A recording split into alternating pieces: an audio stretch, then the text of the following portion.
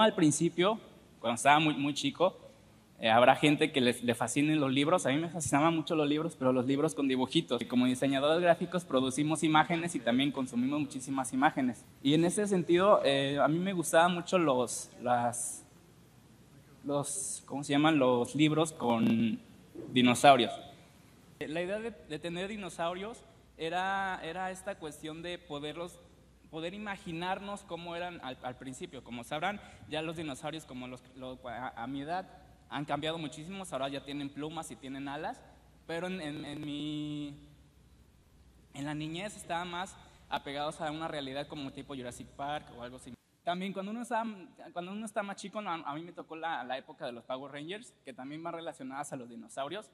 Y ya cuando uno está a esa edad, pues elige entre qué color ubicarse. Todo el mundo quería ser el Power Ranger rojo, y ya después que salió el Power Ranger verde, fue cambio de imagen. Pero bueno, la idea de la cuestión de los libros va en relación a esto.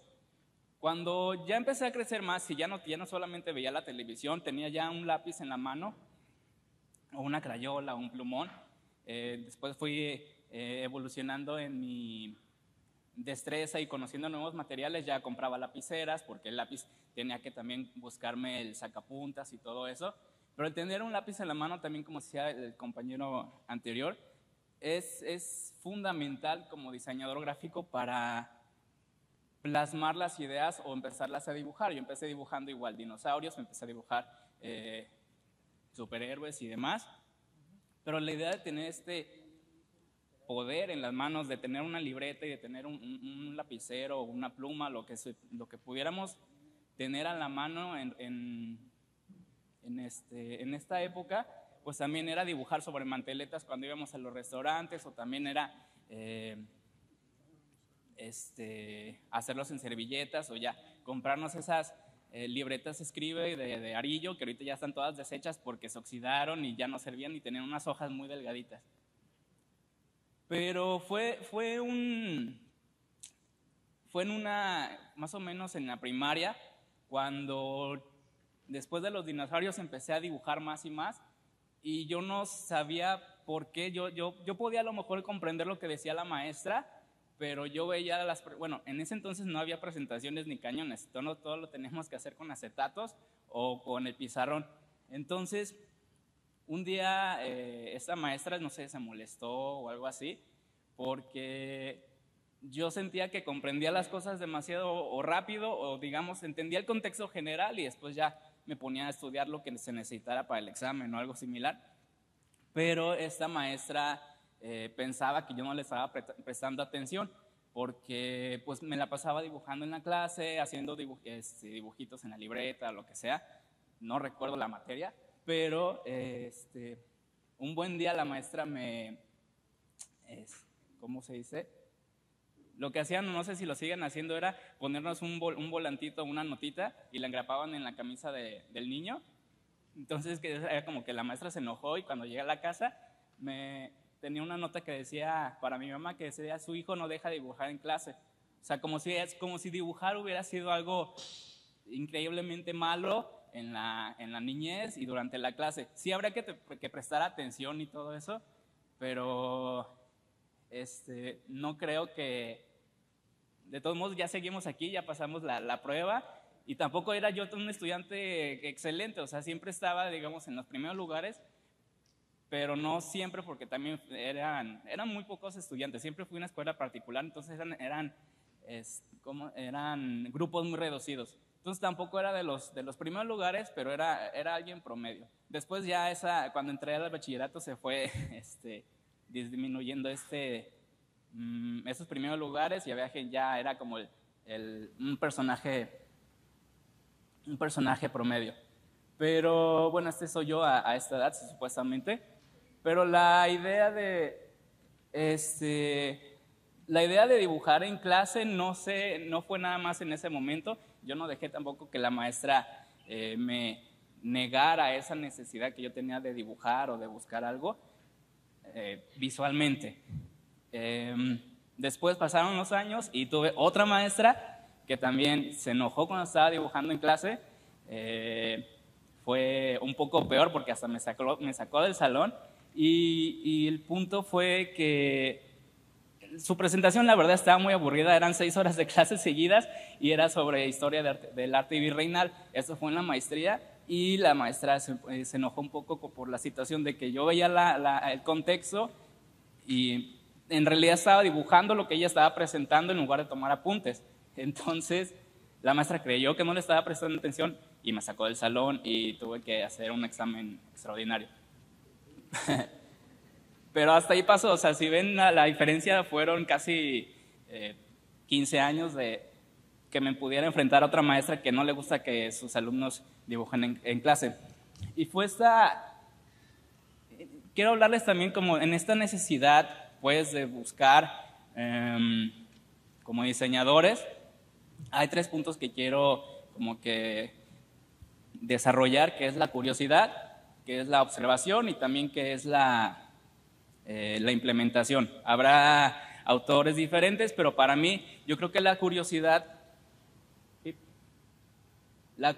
es más esa curiosidad es esa motivación, ese combustible que tenemos los diseñadores para resolver algún problema, para resolver alguna necesidad de un cliente, de un grupo social, de un segmento de la sociedad o de una empresa, lo que ustedes le puedan llamar. Pero es esa curiosidad que el cliente tiene, que les llega, ¿no? O que también nosotros particularmente podemos estar resolviendo un problema, que es lo principal. Entonces, pero yo creo que también la curiosidad no es algo que tenga que ver con que maten a un gato o algo así, pero yo creo que es más en relación a los dinosaurios, y ahorita les voy a decir por qué. Volviendo a la maestría, yo cuando entré a la maestría estaba buscando maestrías. Entonces había una maestría en San Luis Potosí que me llamó la atención y que tenía que ver con diseño tipográfico. Cuando entré no encajaba mi tema de investigación, que era sobre arte prehispánico o diseños prehispánicos. Entonces puedo decir que de pura chiripa supe que en esa misma maestría tenía la línea en historia del arte mexicano, no solamente de diseño. Y en esta golpe de suerte o algo como se le quiera llamar, empecé a desarrollar más, encontré este nicho para ir desenvolviendo esta curiosidad que yo tenía por resolver este problema. Este problema, igual les comentaba, surge de esta necesidad. Cuando estaba chico, yo empecé a buscar dinosaurios, empecé a buscar también cosas ya, cuando fui llegando ya más a la adultez, alguna necesidad de dibujar otra cosa que no fueran solamente esto. Entonces yo quería buscar cosas relacionadas a Colima, cosas relacionadas a nuestro estado. En este sentido, la idea de buscar una identidad gráfica, la idea de buscar un estilo de diseño diferente, fue también motor a que desarrollara el tema de la investigación. También, no sé si antes o después, no confundo un poco las épocas, pero en un viaje a Nueva York me encontré en este gran museo que tiene historia de todo el mundo y piezas arqueológicas. Yo estaba ya como interesado en este tema, por decirlo de alguna manera. Entonces, cuando entramos al área de culturas prehispánicas de México, porque el Museo de Nueva York tiene una área de culturas prehispánicas de México, la primera pieza arqueológica que tienen al presentar es un perrito de Colima. Bueno, para los que están afuera, nosotros en Colima tenemos una cultura prehispánica o vestigios prehispánicos muy importante, pero a la vez muy diferente al resto de México. Entonces, en Colima tenemos, para los que son de afuera, ¿quiénes son de aquí de fuera de Colima? Híjole. No, está bien. Para explicarles, en Colima, no sé si ya se habrán dado una vuelta por la glorieta de los perritos y esto. En Colima tenemos esta como tradición cultural prehispánica donde compartíamos mucho con animales y se compartía mucho con la naturaleza del entorno, pero no, somos muy diferentes en cuestión de que no teníamos pirámides enormes, por ejemplo, como en el centro de México. Y esto es lo que los arqueólogos han estado marcando bien para que se catalogue a Colima como una zona diferente, o la zona del occidente de México, como algo distintivo y que tenga algo muy especial para Colima. Entonces, cuando yo fui a Nueva York, me di cuenta de que para ellos era importante estos animales y más que nada esa pieza. Yo decía, ¿cómo puede estar en Colima, este pequeño, que es el como segundo, tercer estado más pequeño de México, presentado así como principalmente en este museo de Nueva York? También al mismo tiempo relacioné estas ideas. Cuando creo que en el año 2000 teníamos no me acuerdo cuántos años tenía, pero en el año 2000 empezaron a salir estos temas tipo prehispánicos o antiguos o demás, en que los empezaron a retomar en Disney o en otras caricaturas. Por ejemplo, algunos lo recordarán, es Cusco, de las locuras del emperador, pero también salió la película, la de El Dorado, no sé si la ubiquen. Bueno, El Dorado tiene también estos temas que son muy como en relación a la conquista y todo eso. Entonces yo me preguntaba cómo es que otras personas valoran más esta tradición o esta temática que lo que hacemos en Colima, porque en Colima nada más está tomado en cuenta por arqueólogos. Entonces fue este sentido de necesidad para ubicarlo. Pero también resulta que en el año 2000 no estaba yo en cuarto de primaria, pero cuando yo iba en cuarto de primaria y en relación a buscar en libros que enseñaran o que inspiraran a chavitos o personas como yo a que les gustaran las temáticas, en México tenemos este libro que es de Historia y Geografía de cuarto grado de primaria, y nosotros era un libro así pequeñito, porque Colima es también pequeño. Eran esos libros beige que tenían fotografías de pinturas de artistas plásticos muy famosos de México, que ahora ya los reemplazaron por ilustraciones. Y en ese sentido me fui a buscar ya en la tesis, a buscar de qué hablaban o por qué a mí nunca se me prendió el foco de hacer algo relacionado a Colima durante este desarrollo del dibujo y de la ilustración. Y me di cuenta que en el libro de historia de cuarto grado de primaria, Historia y Geografía, perdón, solamente del tema prehispánico eran 5 páginas, de las cuales una era la portada y otra era de actividades. Entonces no teníamos, bueno, para mí en cuarto grado de primaria no teníamos esa información tan grande como la que existe un poco más avanzada el día de hoy, pero me di cuenta de eso. ¿Por qué no abundamos en estos temas? Bueno, ese soy yo en cuarto de primaria. Entonces, el segundo punto que quiero también rescatar es, después de la curiosidad, hay que hacer esta observación. Les decía, somos diseñadores gráficos, hay que explorar mediante la imagen cualquier tema que a ustedes se les ocurra, ya sea escolar o en lo particular. ¿Por qué? Porque como diseñadores gráficos y como esto sabemos que con investigaciones y demás de expertos, la gente aprende en mayor proporción mediante la vista. Esto quiere decir que igual hay gente que aprende también por el oído y también mediante el tacto, pero la gente es nuestro sentido más rápido, más directo para poder aprender. Y bueno, en la tesis la idea también era cómo yo necesitaba saber si los chicos de ahora, o los que van en cuarto de primaria o en quinto de primaria y también en secundaria, que se supone que ya pasaron esa materia, cómo estaban ellos familiarizados con el tema. Si yo estaba a lo mejor yo era a lo mejor muy ignorante en el tema y los chicos a lo mejor sí sí sabían sobre arte prehispánico de Colima o historia prehispánica, como le quieran llamar. Entonces, para recabar esta información, yo requería observar lo que los chicos realizaban. Entonces, yo me encomendé a realizar las llamadas encuestas o trabajo de campo, pero en el sentido más visual. O sea, no me servía de nada que los chicos me pudieran describir lo que habían en cuestiones prehispánicas, porque yo les preguntaba, oye, ¿qué es cultura de Colima? Tradiciones. ¿Qué tradiciones? Pues no sé. O sea, para ellos es tradiciones hacer, no podían enumerarlas a lo mejor porque no entendían el concepto o no se les acordaba en el momento, pero recabar esta información visual yo les encargué, ok, dibújame cómo pensabas o cómo se supone que sabes, porque pasaste la materia, cómo se supone que vivían los antiguos pobladores de Colima. Entonces, en lugar de pasarles la lista para que escribieran, ellos tenían que dibujar una escena de cómo se supone que vivían los pobladores de Colima.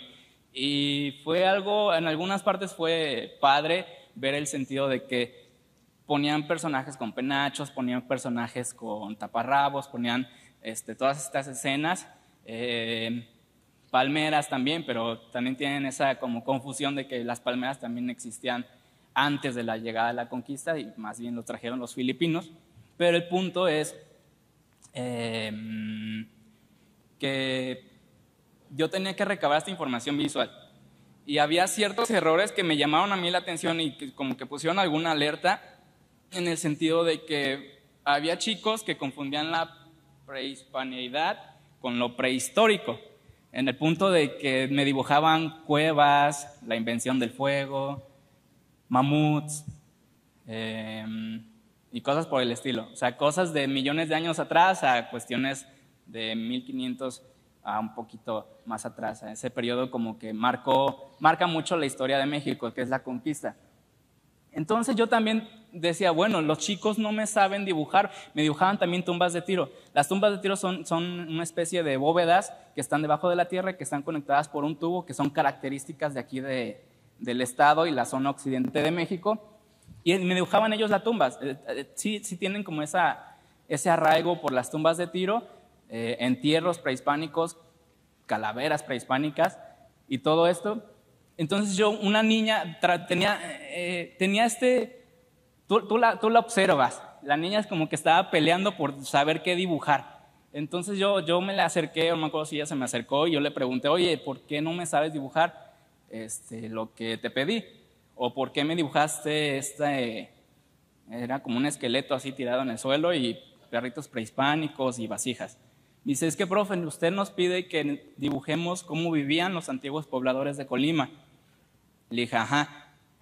Dice, es que yo no sé cómo vivían, porque lo único que vemos en los libros son estos entierros prehispánicos, estos esqueletos que están en el suelo con vasijas y personajes y todo eso de cerámica.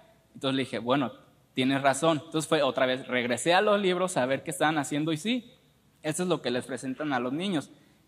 Si tú ves, por ejemplo, a diferencia de estos entierros, a ver a una llama que habla, o ver el dorado que tienen así con los trajes y el oro y las pirámides y cómo vivían, y en el dorado hay una escena que también está una mamá con muchos niños, y todo esto es muy diferente a que nada más te presenten esto. O sea, no hay como esa identidad o ese arraigo de decir, ellos también vivían como yo, ellos también hacían cosas como yo, paseaban a sus perros como yo, o se los comían también, no como yo, pero a lo mejor era distinto.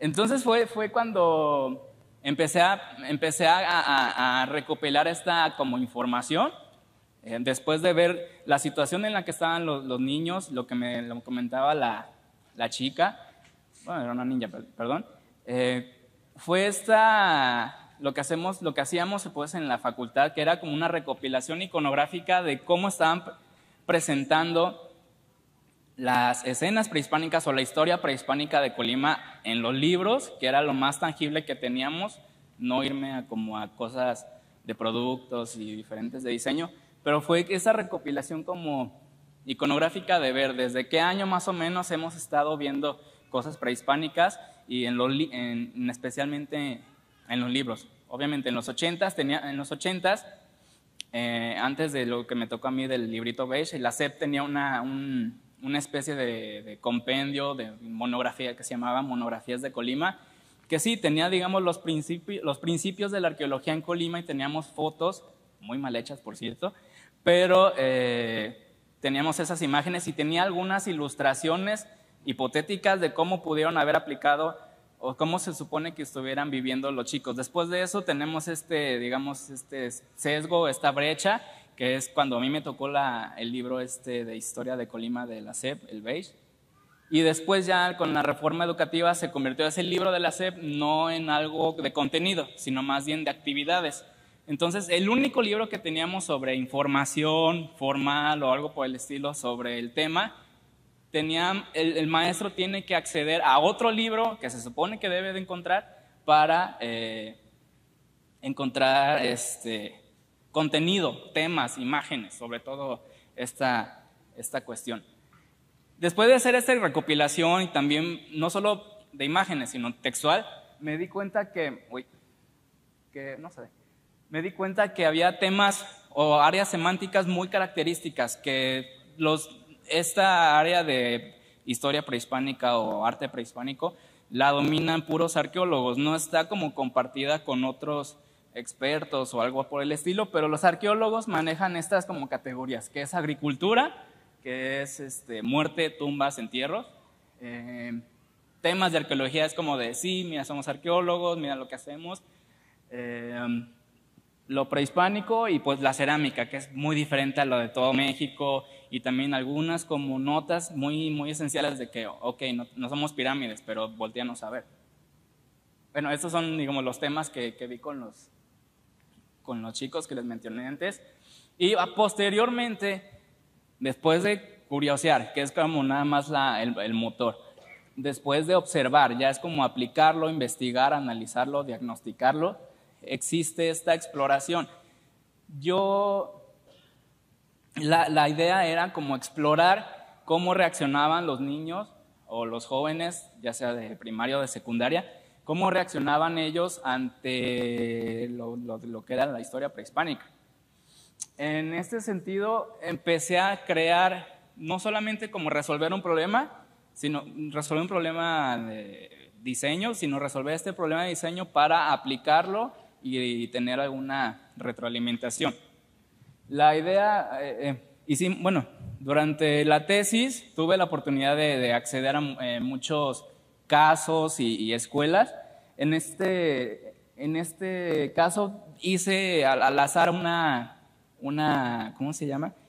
Una Catrina mexicana, y la idea es que los niños la pudieran pintar y hacerle los trazos y hacerle los diseños de la cara. Ya ven que le ponen como telarañas y bolitas como si fuera lo de la calabrita de dulce. Y bueno, este es el resultado. Los niños se sentaban a dibujar, sí lo ubican, no, a lo mejor no lo sabrán nombrar tal cual, pero sí como imagen la ubican. Entonces los niños sí empezaban a desarrollar estos diseños en la cara, pintarle las florecitas del sombrero y demás. Esos son también los niños trabajando. Eso fue en la feria de Colima, en el stand de la universidad, que también ahí mi esposa estaba haciendo actividades con ellos. Y también, bueno, durante este esquema de exploración, de ver qué estaban haciendo los chavos, también era como introducirles a cosas que no venían en los textos, porque a lo mejor sí venía. Ellos tienen muy, muy marcado en los libros sobre de la conquista para acá es México y de la conquista para atrás es otra cosa que no es México. Entonces, la idea era ya, después de recopilar muchas fotografías de museos que no había, por ejemplo, aquí en Colima, de esas vasijas diferentes, diseños diferentes de personajes, de animales, había muchísima fauna, había muchísima, ¿cómo se dice?, vasijas con diseños o iconografías muy particulares. Fue como empezar a explorar con ellos, enseñarles las imágenes, presentárselas y decirles, mira, esto también es Colima, esto también son diseños prehispánicos. A pesar de que tenemos un libro sobre iconografía de Colima, tampoco viene bastante información. O sea, la idea también era que ellos presentarles los dibujos y las podían replicar. Entonces no hicieron tal cual un diseño porque van en secundaria, pero fue esta como práctica de hacerlo a mano y hacerlo con gis lo que empezaron a realizar. Estos son los niños que presentaron, digamos, replicando las imágenes. Y ya se les hacía una contextualización de todo lo que significaban o significan estos trazos, y también ellos lo relacionaban a, mira, este trazo se parece a tal cual como el que vimos, como el que vemos ahora. Y pues lo mismo, en ese sentido de exploración también empecé a hacer algunas como imágenes. Estas fueron unas postales que se supone iban a ser unos bocetos para imprimirlas en serigrafía, pero en grande, como pósters. Pero, digamos, se empezó a explorar con esta como iconografía diferente, adaptarla a la actualidad, pero con la temática. La primera tenía que ver con el Día de los Muertos, la segunda es del perrito y con un caracol, pues era como el tema prehispánico. Y pues adaptarlo también a colores, que no fueran los mismos colores cuadrados que manejan los arqueólogos, sino modernizarlos. Esta es otra, está inspirada en los volcanes, en el volcán de Colima, y bueno, también tiene como iconografía o temas prehispánicos. De hecho está cargando una vasija en las manos.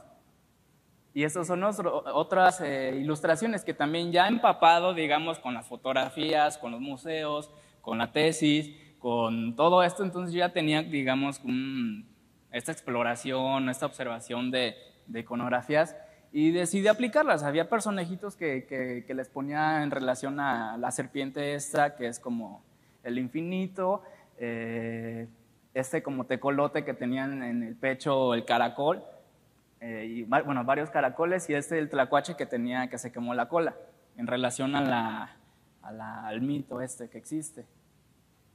Estos también son otro estilo de ilustraciones que se realizaron para postales o pines o lo que ustedes quieran, pero también tienen como esta relación a dioses prehispánicos como los que tenemos aquí en Colima, los mismos perritos, y explorar un poco más allá. Y bueno, también cuando hacíamos la exploración, hubo ciertas etapas. Entonces era como presentarles a los primeros chicos una presentación, ver qué les hacía falta, en la segunda presentación se mejoró, y en la tercera y en la cuarta. Entonces, ya en las últimas presentaciones nosotros enseñábamos esta imagen sin las señoras de arriba. Pero ellos como que les costaba trabajo verlo. O sea, imagínense si lo están presentando en una proyección gigante. Ahora imagínenselo en un libro que eran fotografías mal tomadas en tamaño minúsculo. Entonces no les inspiraba nada. La idea es que los chicos me pudieran describir si se trataba de una mujer y un hombre, por ejemplo, y ellos ya decían, bueno, tiene atributos más como de mujer, tienen a lo mejor estos amarrados que tienen en la cabeza, que también dicen que son cuernos, pero bueno, son más en ese sentido de amarrados en la cabeza. Decía, bueno, también los antiguos pobladores de Colima usaban joyería, por ejemplo, y ya les mostraba que, por ejemplo, la segunda figurita tenía un collar muy grande, y por ejemplo, la última, que pudiera ser que sea una anciana, estaba encorvada, o porque estaba... Si ellos pensaban que si era un anciano o no, ya me decían, sí, es que está encorvada, es que trae falda larga o algo por el estilo. Y ya al final yo les demostraba esta comparativa de cómo los enredos aquí en la cabeza se siguen usando en la actualidad. Por eso les ponía estas imágenes de estas dos señoras, que no son necesariamente de Colima, pero nos da esta relación a otro estado, o esta similitud, que ellos pudieran verla tal cual, en una representación abstracta, que son las figuritas, a las señoras, que es una representación fotográfica. Finalmente, también en caminar sobre lo histórico. Tuvimos la oportunidad de hacer una actividad. También mi esposa estaba trabajando con chicos en una primaria, haciendo sus prácticas cuando estaba estudiando. Entonces me invitó o colaboramos a aplicar, digamos, este tema de la historia de Colima, pero más gráfico, para que los chicos, porque veíamos que los maestros, lo prehispánico no les gustaba a algunas maestras porque decían que era del diablo, porque ellos adoraban a dioses paganos. 2, había maestras o maestros también que decían que eso no les iba a ayudar nada, que mejor le echaban más ganas a español o matemáticas, o que de igual manera se saltaban la materia que porque era irrelevante.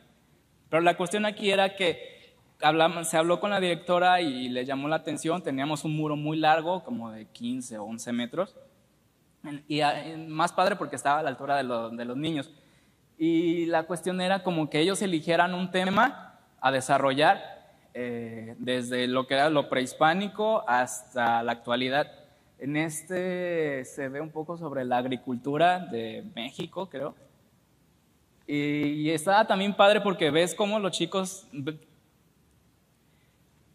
tú los ves que ya están con ciertos prejuicios, que ellos ya no querían pintar si no era con pincel.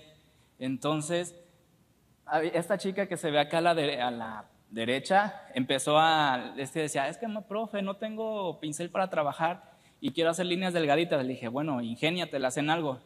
Es que me voy a manchar los dedos. Le dije, bueno, mánchatelos y ve cómo pinta.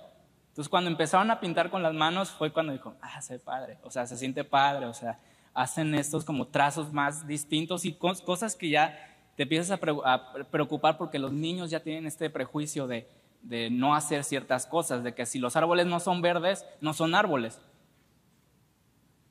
Este es el tema de la conquista. Aquí vemos algunos. Estuvo padre también porque los niños me pedían, quiero hacer los españoles en blanco y quiero un tono moreno para los indígenas de México. Entonces ven aquí los indígenas que tienen, son más morenos y los españoles son los personajes nada más con la cara delineada. Y también nos ponían caballos o vacas o todo lo que ellos pudieran desarrollar.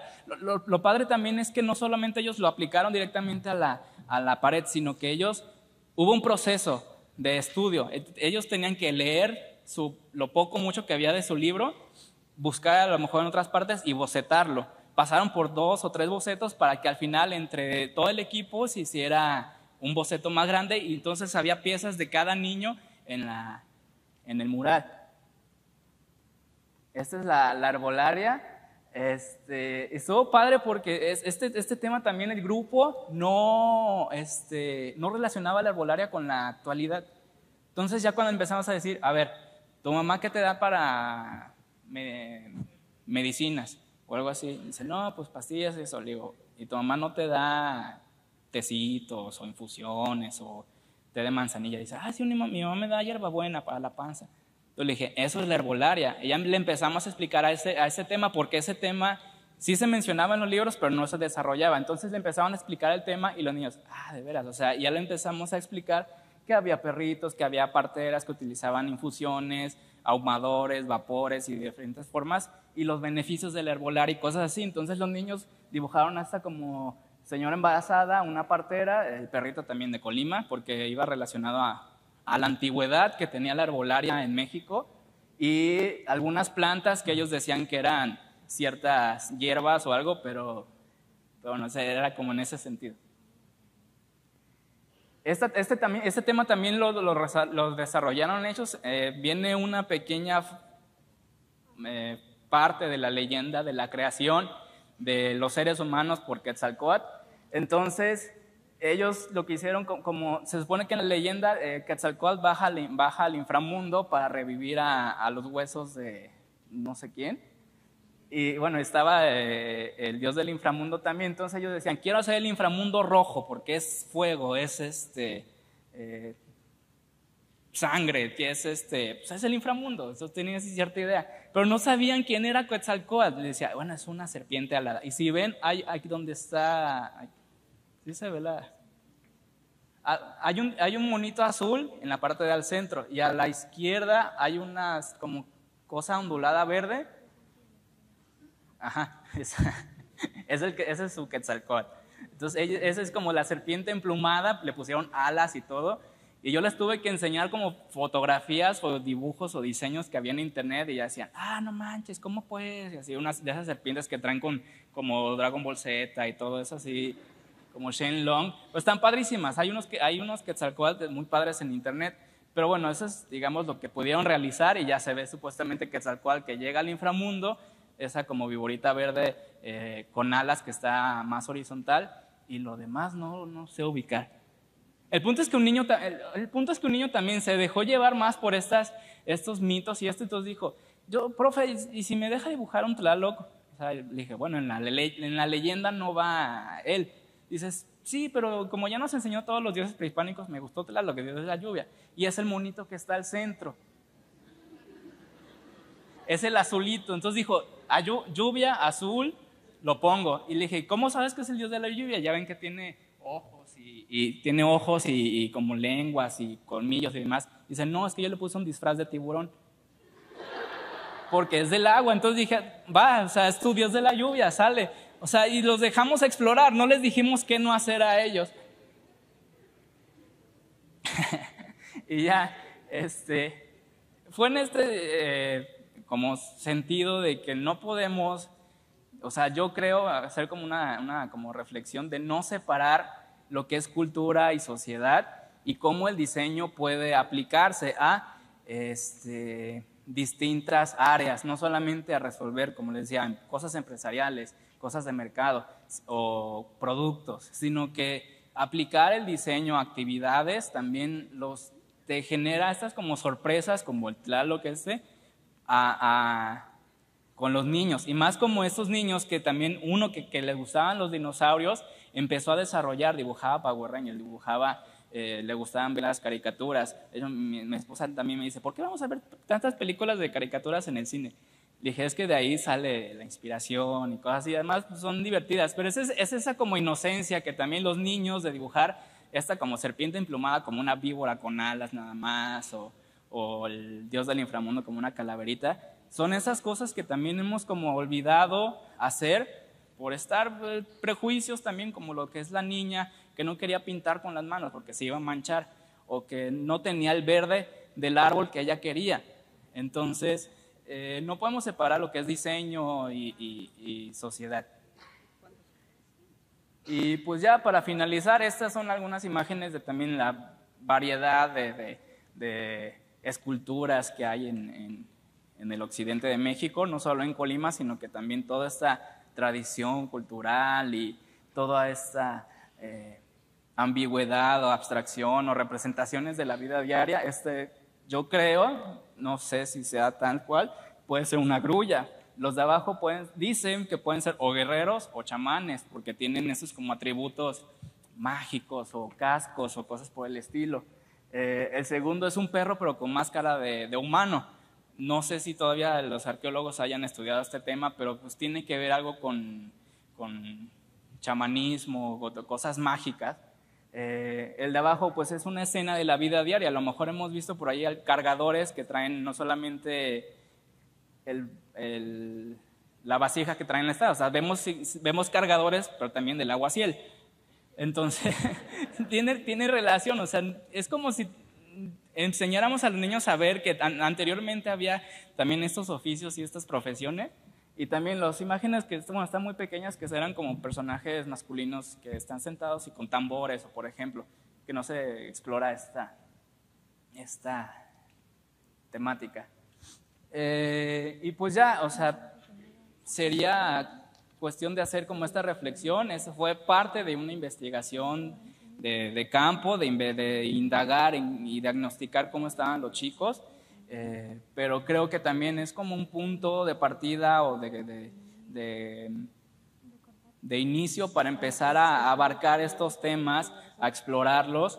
Y no solamente o en ilustración, pueden ser en caricaturas, puede ser en animación, puede ser en productos, pueden ser en identidades, ya sean logos o corporativas. O sea, yo creo que todo esto del bagaje cultural nos puede empezar a dar más iniciativa a valorar lo que tenemos o teníamos sobre